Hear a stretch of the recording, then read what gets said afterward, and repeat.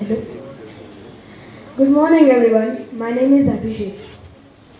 Before I play, I feel it's a better idea to know about the composer and the composition. Any guesses who the greatest composer who ever lived was? Any other composer? Yes, it's Beethoven. It's Ludwig van Beethoven. Let's give a big round of applause for the greatest composer who ever lived, Ludwig van Beethoven. Even though Beethoven was a child prodigy, he received a strict and harsh training in music. He was often dragged from bed at midnight to play. His father wanted to replicate the great musician Mozart in him. Though Beethoven's life was filled with tragedies, he lived his entire life for music. His hearing began to deteriorate when he was at the peak of his musical career, and by the last decade of his life, he was totally deaf. Initially, he started hearing some buzzing noises at the age of 26. Deafness began at the age of 28. He lost 60% of his hearing at the age of 31, and by the age of 46, he was completely deaf. Even then, he continued to compose and conduct. Beethoven was surrounded with deafness and loneliness, but his most admired works come from these silent years of his life. It is interesting to know that when Beethoven was conducting Symphony No. 9, that is Ode to Joy, the audience were in complete tears, and towards the end there was a thunderous applause. But Beethoven couldn't hear it. A member of the orchestra turned him towards the audience to show how the audience were enjoying his music. If you listen to Beethoven's music, you feel that they are very dramatic and they are full of expressions. Beethoven raised instrumental music to the upper echelons of art. Earlier, instrumental music was considered inferior to other forms of art such as vocal music, literature, and painting. He lifted instrumental music through pieces such as For Elise that I am going to play. Beethoven showed how a simple piano composition can contain as much emotion as any other art form. Great musicians believe that this piece was composed for a lady called Teresa, and her nickname was Elise that Beethoven wanted to marry. But Teresa turned down his proposal. For Elise is also known as Bagatelle number 25 in A minor. When Beethoven died, it was just a sunny day, and just few minutes after his death, there was a furious rainstorm. This shows that Beethoven was closely connected with nature. Beethoven's works will continue to influence musicians across the world and will continue its magic for generations to come. Beethoven's most popular masterpiece, For Elise, with your permission. Hope you enjoy.